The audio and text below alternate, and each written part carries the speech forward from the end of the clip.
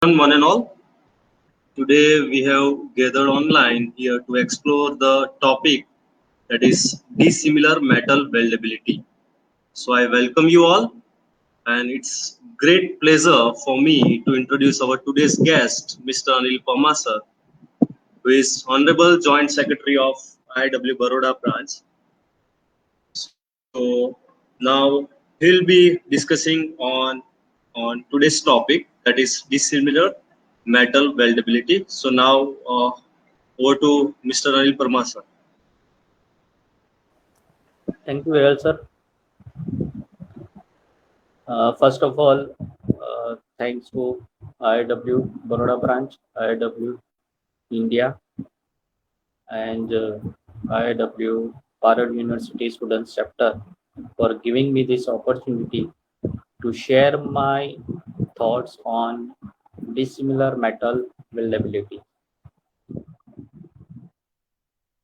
So before going to start about the dissimilar metal weldability, let me first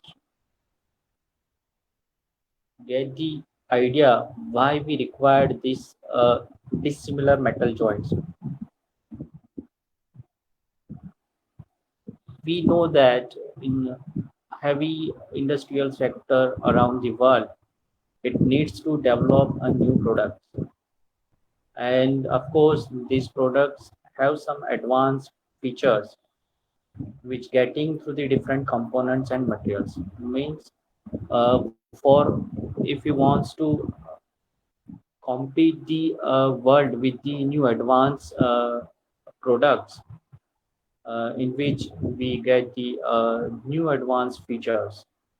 So on the single material, it will not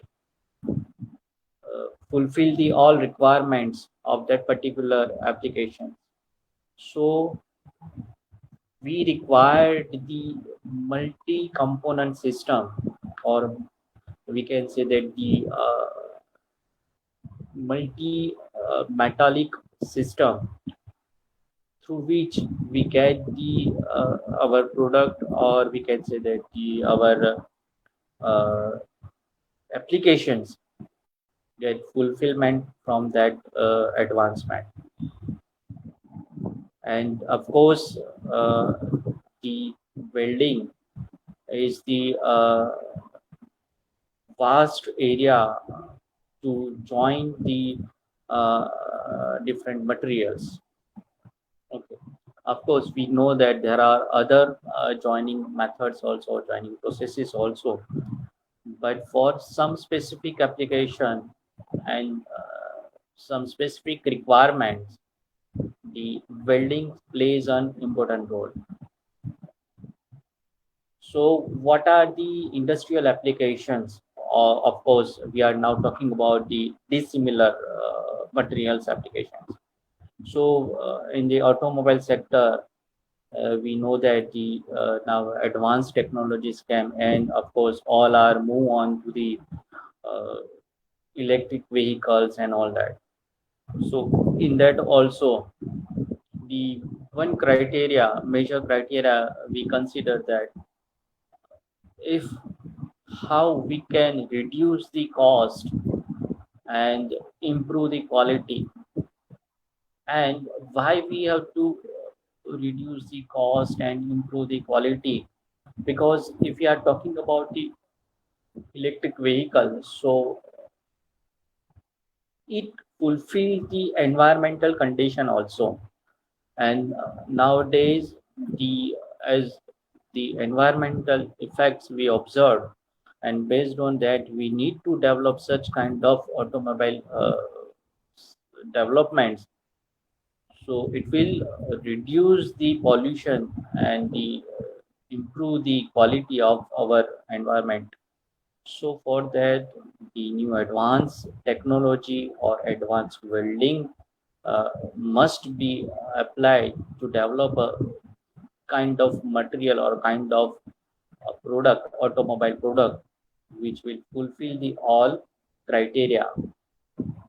So here is the some example, or one example. in which you can see there is a two different materials are gathered in the one car body. So similarly, this is of course the joining with the help of the laser welding. Sometimes spot welding is also being used. So in these conditions also we require the dissimilar material joining through laser welding. This is a one component which is also made up from the bimetallic material, or we can say the two different material SS to material MS. This is a simple vacuum flange, which is also welded, or we can say that the join with the dissimilar metal joining process. This is one another example. Stainless steel to forward 40 steel. It's a marine pump motor and it's a joint with the frictions welding. So as you seen, this is just one example I have just collected from the each sector. Not we consider that each sector, but few of sector. So in advancement or in the present conditions and in the future, we required this kind of dissimilar material application, and for that we need to understand, or we need to develop our mind to consider the this dissimilar welding. As also in aerospace industries, the dissimilar metal welding of titanium and aluminum is the best route in order to achieve the reductions in fuel cost.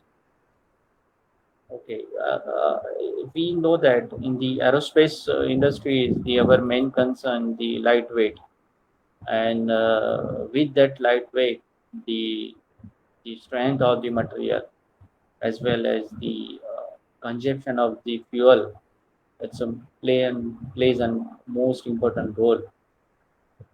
So for that, here you observe the titanium and aluminum welding. This is called dissimilar metal weld. As I told you about electric vehicles, the electric vehicles, they are now more usable material, or we can say that the copper are largely used in this segment also. So the dissimilar welding everywhere in this new scenario of this world, we require the dissimilar metal joint. So that's why we are just talking in this topic. So what are the process for dissimilar metal joining, or where we can observe this kind of dissimilar metal joining? So of course in brazing or some alloying, or we can say that the surface alloying, where we can just add some elements, required elements on the surface of the particular product, so that we can improve the corrosive properties and the wear property of that particular product. So in that also the dissimilar joining comes. Then cladding, of course, weld overlay. So it's a alloying or surface alloying or cladding. It's a part of a weld overlay, where you can observe the how the weld overlay or the layer of the different materials on the surface we can develop.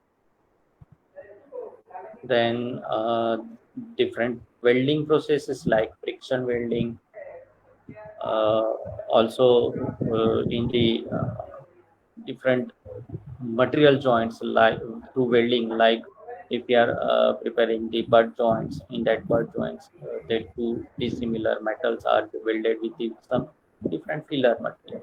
So these are also the kind of welding or joining processes, dissimilar metal joining processes. And of course, in new advanced technology, we are now talking about additive manufacturing, like 3D welding and the other 3D printing and all that. So in these also we can find the dissimilar metal joining.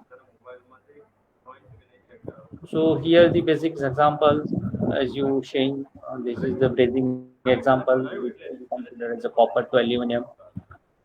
Then this is a coating or surface coating or surface alloying which we are taught, that is the on the P16 we have just coated with the titanium or tantalum. Okay. This is the example of weld overlay. You can observe uh, the weld overlay in the inner sides of the these joints or pipe joints, mostly which we are used to develop or to improve the corrosive properties and wear properties. And of course, through that we can shave we can control the cost of the product also. This is the additive manufacturing. So here you observe that layer by layer we are just putting the or adding the our material, and of course we may add the dissimilar material also in the additive manufacturing processes. So these all are we consider as dissimilar metal joining processes. Now what are the challenges we face during the dissimilar metal welding? So sometimes we need to understand the where and how we have to use that dissimilar metal product, and actually what is the applicability of that particular metal. So based on that we have to select the material, and we have to develop the joint between that two materials. So to consider that, some few of the challenges we have to face or we have to observe. The first we consider as the properties of the material. If we are talking about the properties of the material, there are many different properties plays an important role for the dissimilar joining. So maybe thermal properties like melting point, okay, thermal conductivity, thermal diffusivity. This plays an important role. If we are talking about the chemical properties, so the reactivity of that particular material with another material, the corrosive condition of that particular different material. Okay, this plays an important role. Then some metallurgical properties also we need to consider after the joint or welded that particular dissimilar metal. What are the configurations in the metallurgical part we observe? That also we need to study. So basic concept for this dissimilar metal joining,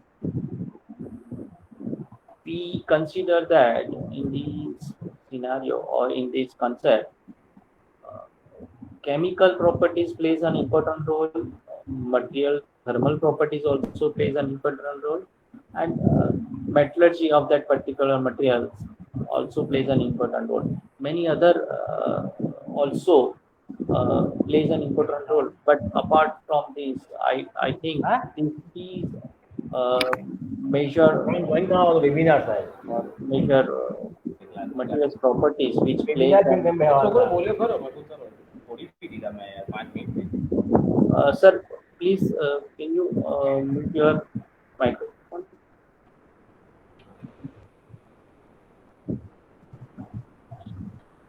Thank you. I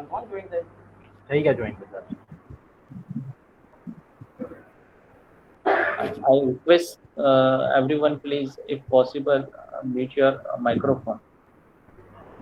If you have any questions and doubt, you can ask anytime.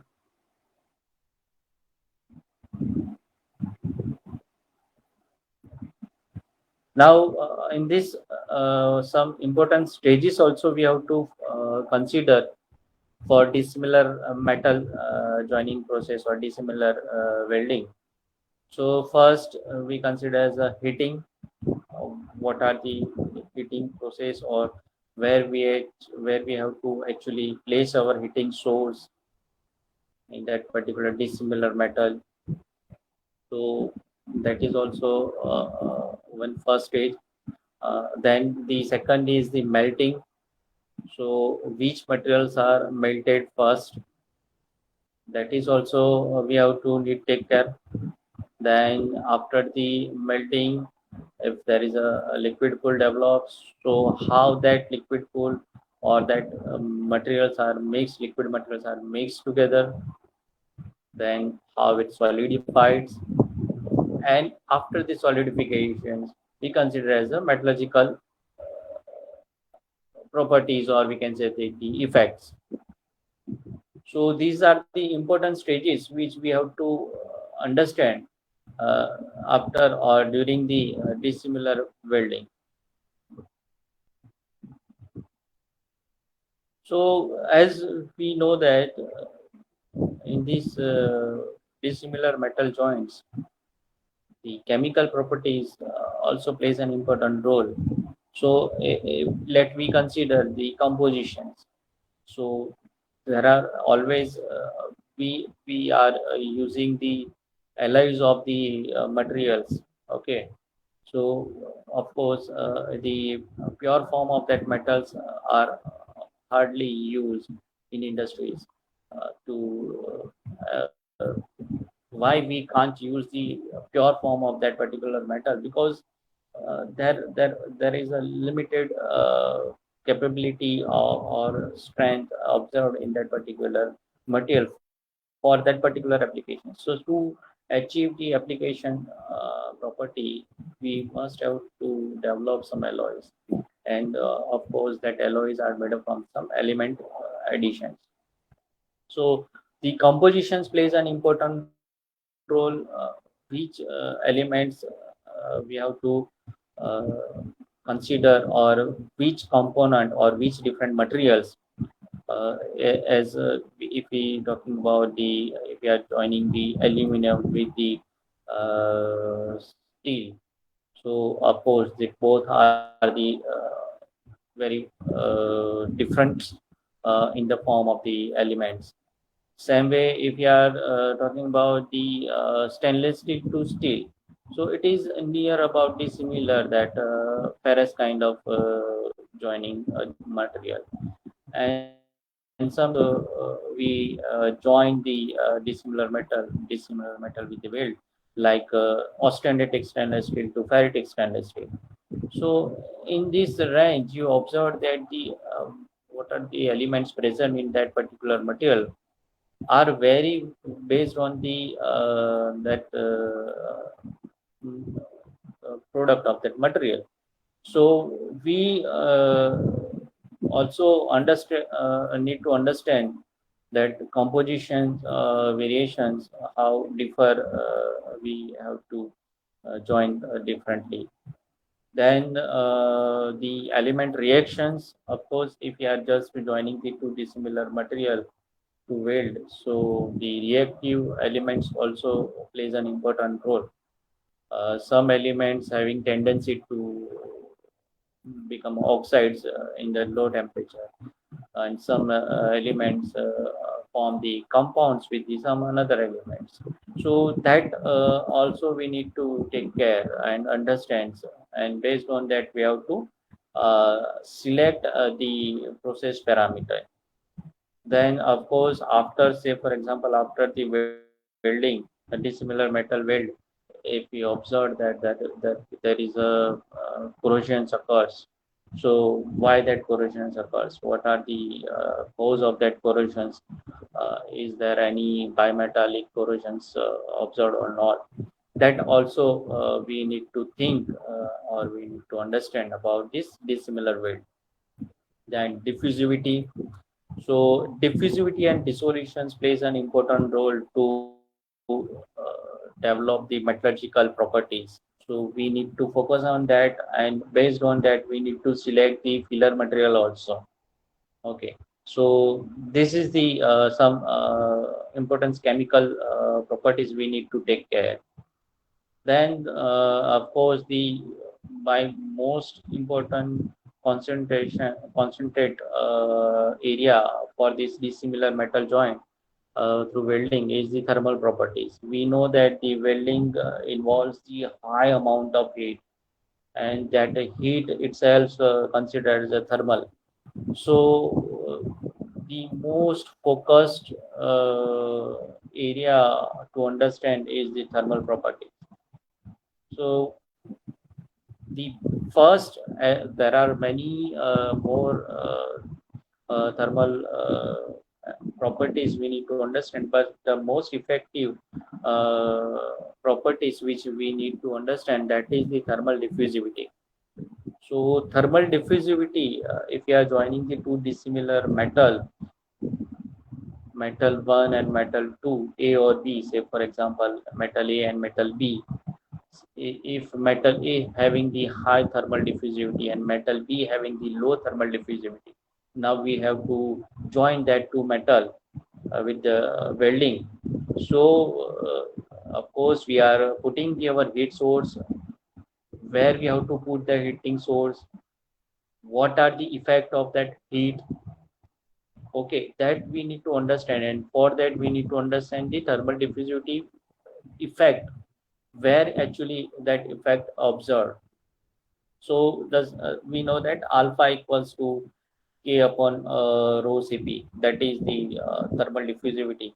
So that K represent the thermal conductivity, rho is the density of that material, and Cp is the heat capacity. Thermal conductivity and thermal diffusivity are similar. If we consider, we know that it's quite similar each other.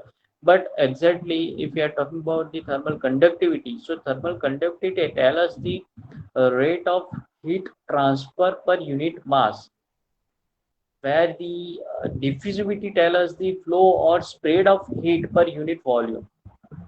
So the amount of transfer of that heat or spread of heat, that we consider the diffusivity. Okay, so if you are putting the heat source at the center or at the uh, joining line of that metal A and metal B, so what happens if we consider the metal A having the higher thermal diffusivity? So the more heat spread towards the A, and the low heat spread towards the metal B. So this scenario we observed in this dissimilar welding, and in that, because of this thermal diffusivity, the temperature gradients or thermal gradients plays an important role. So we can understand the which metals uh, melted first, and which metals melted at last or after the first metal melt portion of that first metal. So, as per this, we consider that the if the material having the higher thermal diffusivity, it shows the shallow gradients, where the which material facing the low diffusivity, having the low diffusivity, will provide us the steeper gradients. So, the based on that, the flow of heat towards the A are more, and the flow of heat towards the B are less. Same way, this is the some thermal analysis. It's just example. This is my duplex steel, and this is my stainless steel. This is the example.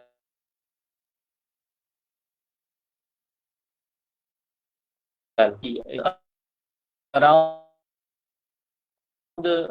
19, and here in the 316 is around 6.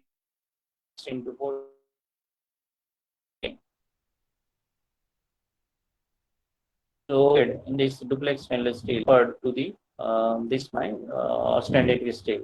So this is just for example, understand the how the flow develops in respect to the heat source.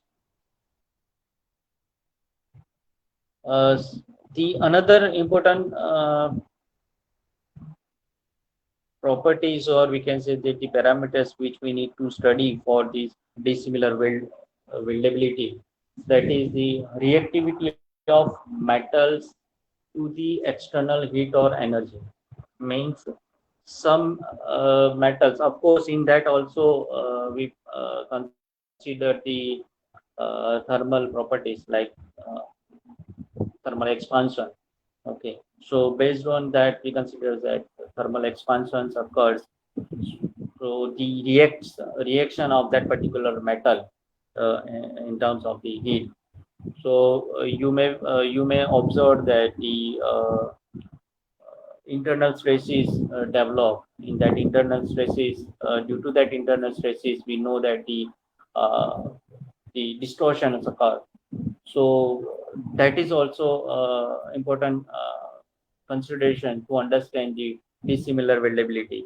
So if the material have the development of the high internal stress, and because of that the internal stress, development of high internal stress, sometimes we observe the distortion occurs, as well as with the distortions we observe some cracking phenomena in that high stress, internal stress developed through the heat. Okay, so this also we need to understand for the dissimilar weldability. Then phase transformation, or we can say that phase formations and its effect. uh, Sometimes what happen when we are just mixing the two metals, or by the welding, dissimilar welding, we observe that the weld pool which we can get through the mixture of two dissimilar metal. So in that new phases forms, and in that new phases the new metallurgical properties develop. So sometimes it will help us to improve the properties, but sometimes if we are not maintaining the parameters, then we can lose the weld property or weld geometrical property also. So the phase formations also plays an important role. What are the phase formed during the solidifications, or we can say that after the mixing of the that dissimilar metal, that is also we need to understand. Then heat treatment observed, because we know that the welding, when we are talking about the welding, so welding is the combination of different manufacturing processes, or we can say that it's a combination of processes. So in that welding we can observe the casting, we can observe the heat treatment, we can observe the metallurgical contours and all that. So this is the combination of the process. Welding is the combinations of the process. So the heat treatment also we observed in the welding, and because of that the sometimes we face the problem of hot cracking and cold cracking if we are not maintaining the elements, present elements conditions and all that, or compositions and heat transfer rate and all that. So these are the all we talk, which plays an important role to consider the improve the weldability of the dissimilar metal joint. So if we understand the all properties which we have studied right now for different metal, and focusing on that particular dissimilar properties, and if we are just matching the parameters based on that properties, so we can improve the weldability of that particular joints. But of course, the we have the scenario in that the different metal having the different weldability concept. Okay, say for example, in the carbon steel, it is inversely proportional to the its hardenability and because of the martensitic formation. So in that weldability, we get the availability in the carbon steel, but sometimes we observe that metals, the weld joints are become hard, and because of the martensitic formations in that phase, weldment. So this also affect the weldability of that particular carbon steel. Same way when we are talking about the austenitic stainless steel, which we consider as the most valuable in the steel, but it also suffer the distortion, as I mentioned earlier about the thermal expansion. Okay, and because of that, we face the cracking and reduce the corrosion resistance. So simple. If we consider the carbon steel to austenitic steel joints through the welding. So this plays an important role because we observe that the heat transfer rate or the whatever the energy heat energy transfer to that my carbon material and to my austenitic stainless steel material are vary, and based on that we facing this kind of problem. So we need to control that system. Okay. Then ferritic and martensitic stainless steel we consider is not weldable as easy as found in the austenitic steel, but we can weld after preheating and by using the special electrodes. So we can improve the weldability of that particular ferritic and martensitic stainless steel. Then in non-ferrous metal, if aluminum, we are talking about the aluminum. So aluminum always susceptible for the hot cracking, oxides formations and all that, inclusions, hydrogens, or due to that hydrogen porosities and all that. So these are the problems we are facing in the aluminum welding. So if we consider the joining of the aluminum with the carbon steel, so we need to understand this weldability concept of that particular dissimilar metal. Okay. Then if you are talking about the titanium is also weldable, but if it's a stabilized grade titanium, then it's a difficult to weld because of the development of segregation form phases. Okay, so this concept we need to understand of dissimilar weldability. Now, when we are talking about the metallurgical point of view, the dissimilar metals, each weld act as a dissimilar metal weld because in that we observe the weld zone and the base metal area are quite different scenario in the metallurgical point of view. So weld zone act as the cast solidified, whereas the base metal zone or the rest of the weld zone we consider as a rod structure. So cast solidified structure and rod solidified structures are different, both having the different properties. So that is also plays an important role because one side you have the another kind of properties and another side you have the another kind of properties. Okay, but to achieve that properties in the similar way, we need to concentrate or we need to understand the set of parameters, heat, how we can apply the heat, if we have to put some filler material or if we are adding the filler material.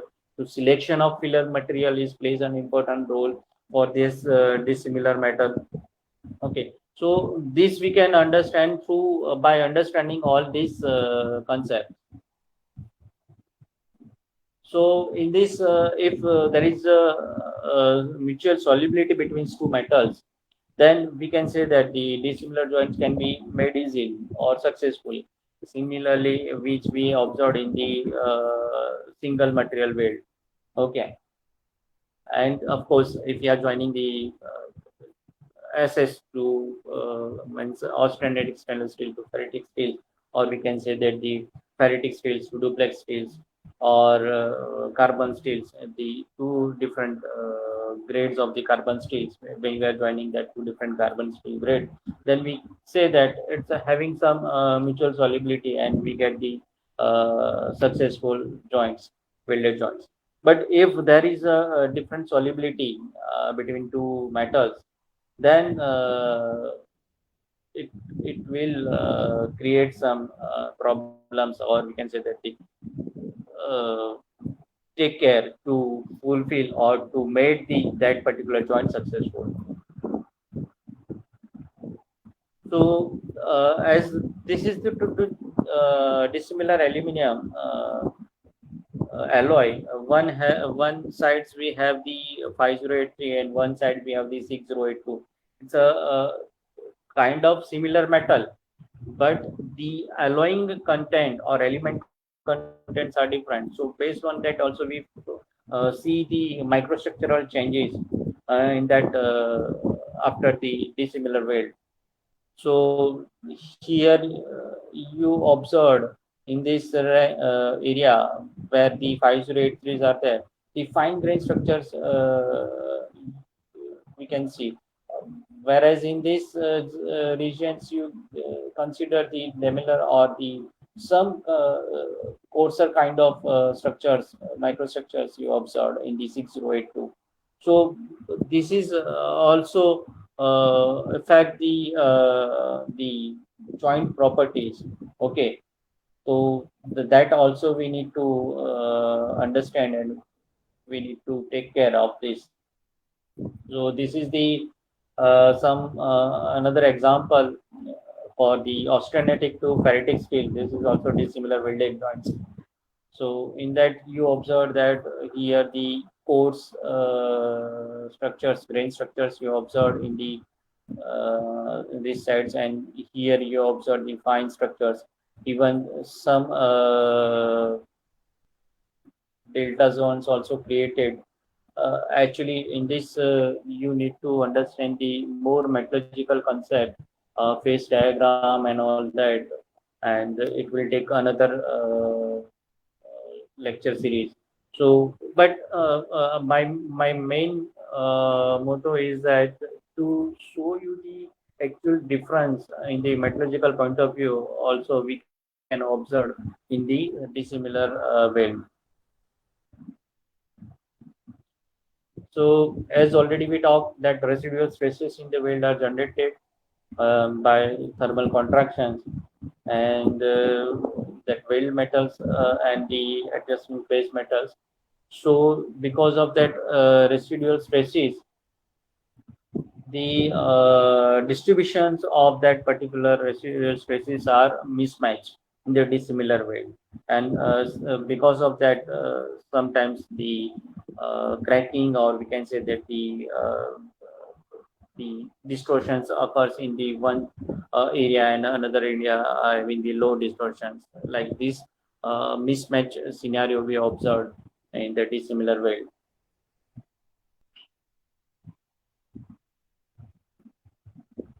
And of course, because of this, we consider the intercritical edges at heat affected zone leading to service failure.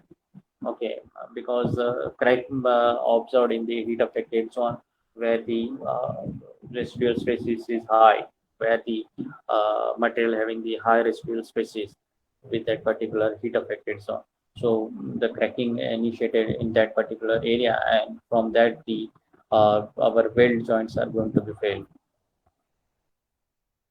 Okay, so one more parameters, or one more concept we need to understand.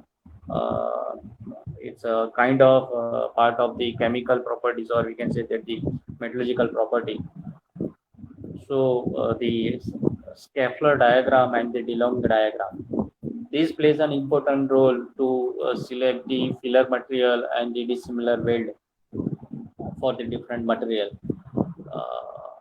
What are the parameters, how we can avoid the cold cracking, hot cracking, and all that. Causes of behind the cold cracking and hot cracking. If we know that causes, we can reduce that, and we can prevent the our weld to fail. So for that, the Sapler and the DeLong diagram plays an important role, and it gives us the uh, compositional predictions of particular my weldment. So it's basically the kind of calculations of the austenite stabilizer and the ferritic stabilizer. So nickel, carbon, manganese, nitrogens are considered as the my austenite stabilizer, and chromium, silicon, molybdenum. These are considered as my ferrite stabilizer.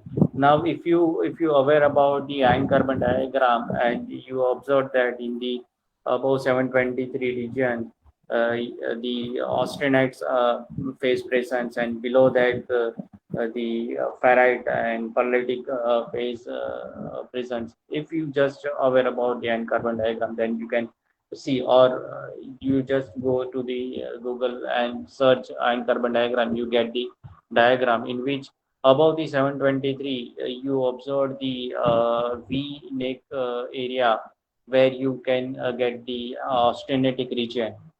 So in that austenite region, as we earlier discussed, that the austenite is quite good weldable material. So if we control the austenite stabilizer and all that, so on the base of that, the some kind of properties we can develop in the weldment. If we have the ferrite stabilizer, it's also help us to improve the metallurgical properties or phase which we can develop after the welding. So this scatter diagram provides us the uh, predictions of the ferrite level in the austenite and ferrite stabilizer elements with the help of the austenite and ferrite stabilizers. Uh, the long diagram is also conceptually same, but in the stapler diagram, we observe the nitrogens are not considered in the stapler diagram. So to cover that nitrogens effect, also in that and or we can say that an austenite and ferritic steel. So DeLong diagrams are used, and it refines the scatter diagram by taking the count of the nitrogen, tendency of nitrogen in that stabilizing of austenite. So this is the kind of uh, stapler diagram. It looks like that, and we need to uh, consider our the amount of ferrite content, and we need to control the multensitic phase. So this diagram plays an important role. I'm not going to deeper in that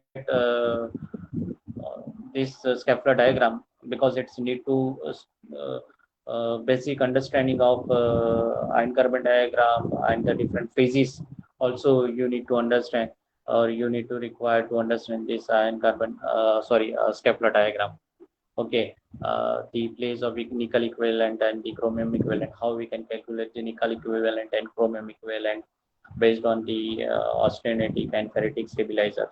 So this diagram also we need to understand for the dissimilar welding or weldability, to take care of the effect of the dissimilar weld in the terms of the cold cracking or solidifying cracking or in the hot cracking. Sometimes if the ferrite numbers are going to increase, then it will lead to development of martensite. And if sometimes we observe the some sigma phase is also going to be developed, So that part, that calculations, that understanding we can get through this Stapler and DeLong diagram. So this is the effect of ferrite content. Uh, as you know that the cracking is occurs. Okay. So in this you observe the cracking, cold cracking. This is also considered as a cold cracking. So to avoid the martensitic structures, the whatever the filler material we are going to be select, that having the minimum range of the martensitic development, martensitic phase development. Okay.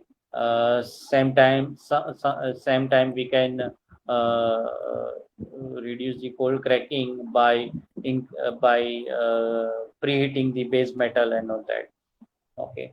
Then solidification crack or hot cracking. This is also developed because of the liquid phase present in the fusion zone. Means if you are say for example there are two different metal which we are going to join, and one metal having the low melting point and another metal having the higher melting point. So what happened? The low melting point material are always in the kept in the condition of liquid form because of the other material having the temperature still the high temperature to solidify. So because of that, you can observe the some liquid phase or like fusion zones observed in the weld area, weldment area. So during the solidifications. So because of that, the hot cracking or solidification cracking occurs. It's also called the liquefaction cracking, mostly in the heat affected zone. And to avoid that, the selection of consumables with at least 5% volume, 5 volume% of the ferrite, which in as welded microstructures is required. So this ferrite contents and all that we can get to the Schaeffler diagram. Now advantages of this dissimilar welded joint structure, or we can say that the importance of this dissimilar welded material. If we have this kind of good welded component, which always give us the optimization of the specific applications. Also, it provides the damage tolerance to the overall structures. Also, it helps to optimize the design by matching the correct material to the needed properties of or behavior. Okay, say example in the aerospace industries, you need to require the lightweight with the high strength ratio material, high strength ratio material. So that moment the aluminum or titanium or to aluminum joints plays an important role. Then because the aluminum, you know that the aluminum is the lightweight to strength ratio, higher strength ratio to lightweight materials, aluminum. So we can use that material for the aerospace applications. So the different joining methods in that laser welding or spot weldings are going to play an important role. Then also it helps to improve the performance of the materials, where the absolutely it requires the its property applications, and it provides the real benefits to the particular job or products. So these are the advantages we can get in the this dissimilar weld material or dissimilar welded joints. But for the development of dissimilar weld, we need to clear our concept of the thermal properties of that material. Then we can say that the metallurgical parameters of that particular different material, dissimilar material. So all the whatever we have just I am just given you the overview of that particular concept. You need to uh, go into the deep for better understanding. Okay, say for example, you need to understand the thermal properties, thermal gradients, then how you can control the thermal gradients, how we can add a filler material, or how we can select the filler material based on the Scheffler diagram, or we can say that based on the ferrite element content, or we can say that based on the which material you are going to be joints, what are the different properties you are facing in that particular dissimilar joints. Okay, the transfer rate, heat transfer rate, then microstructural variations.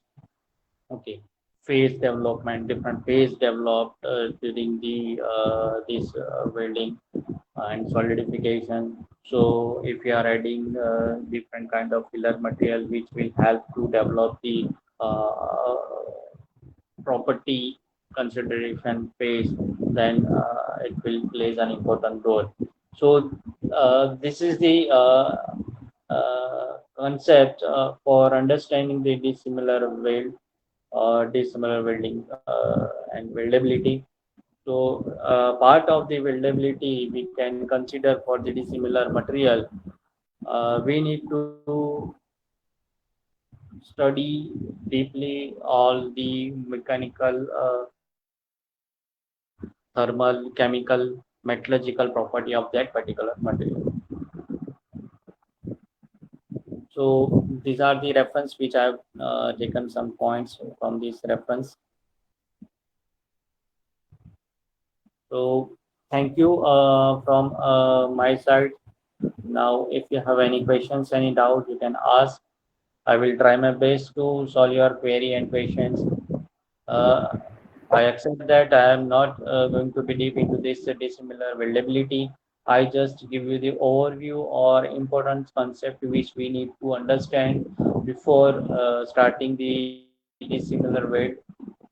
Okay, so there are new advanced technologies also available, which give us the conceptual understanding of the dissimilar metal joint. Okay, Anil sir, we have one question. Yes. Just now I received. Is it possible to join uh, metal and composite material by this welding process? Can we use this similar metal concept over there? We can join based on the understanding the which composite material you are going to be welded If with it is, that material. if it is a metal matrix composite, then it is possible. If it is metal matrix composite, but which if there are different type of metal matrix composite also, like aluminum metal matrix composites, then copper metal matrix composites. So based on the thermal properties and the metallurgical properties of that particular material, we can join. Of course, we need to search about the filler materials and all that for that composites, as well as the our ferrite or ferritic or the ferrous material or non-ferrous metal. So of course we can develop a joints, but we need to study the basic principle and concept between those two material. Thank you, sir. Thank you, sir. Viral sir, over to you. Yes, sir. Yes, sir. So, thank you so much, Anil Parmar, sir. On behalf of Parallel University and Mechanical Engineering Department, as well as Automobile Engineering Department, I would like to thank you, sir, for the informative and fruitful webinar, and sharing your grand knowledge with our students. And I hope that the students have learned so much from it, from that topic. So thank you so much, sir. Thank Thank you you, Anil sir. Thank you, Anil sir. for providing me this opportunity. I delivered whatever the presentation over here, that helps some concept will clear to the students. And I will try if they have any doubt, any questions after these presentations or after completion of sessions, you can call me anytime. Vyomesh sir will share you my contact number. So I will try to sort out your query if is there any. Sure, sir. Sure. Thank Once you. again, thank you, sir.